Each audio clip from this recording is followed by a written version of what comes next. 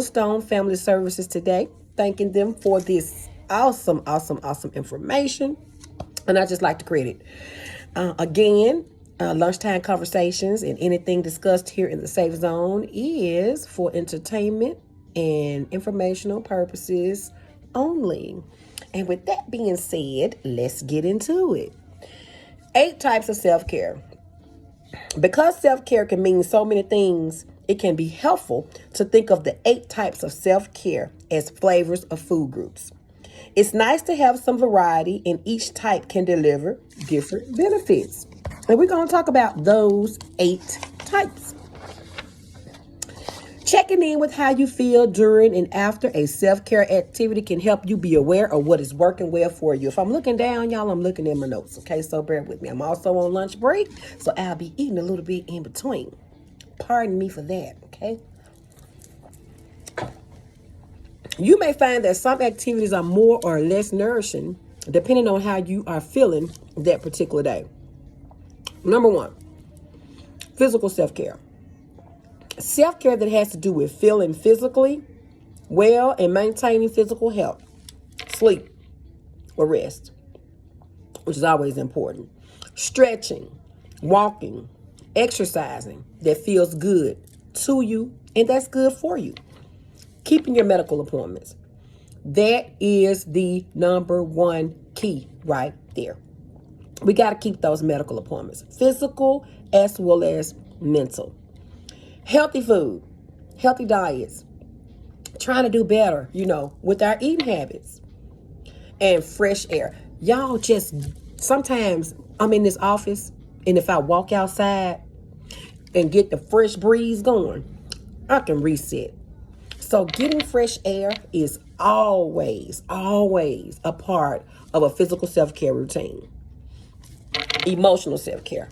Okay, this is a big one for me because I work in mental health.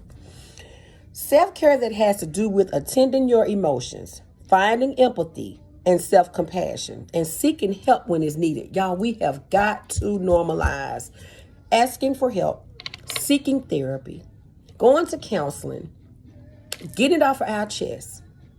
Because I know in my community, a lot of times counseling and therapy is frowned upon.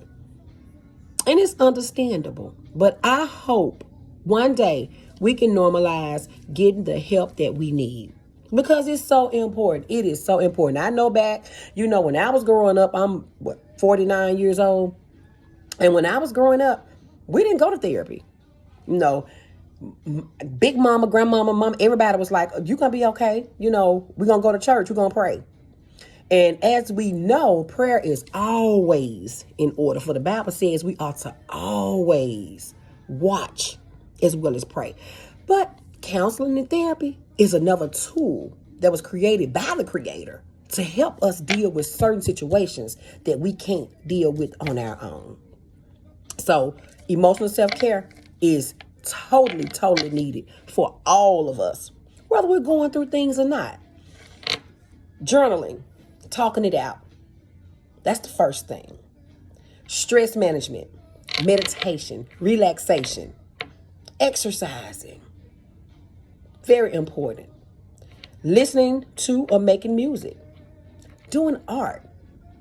Anything that will calm your nerve. Anything that will bring you peace. Whatever works best for you. I know I've listed these things here, but whatever works for you is what works for you. In other words, find your niche. Just find your particular niche with this self-care thing. That's what I had to do. Self-compassion. We can oftentimes find compassion for other people, but when it comes to ourselves, we just can't seem to find it. We cannot seem to find it. So channeling into your own self-compassion is a part of emotional self-care. Counseling. I'm a big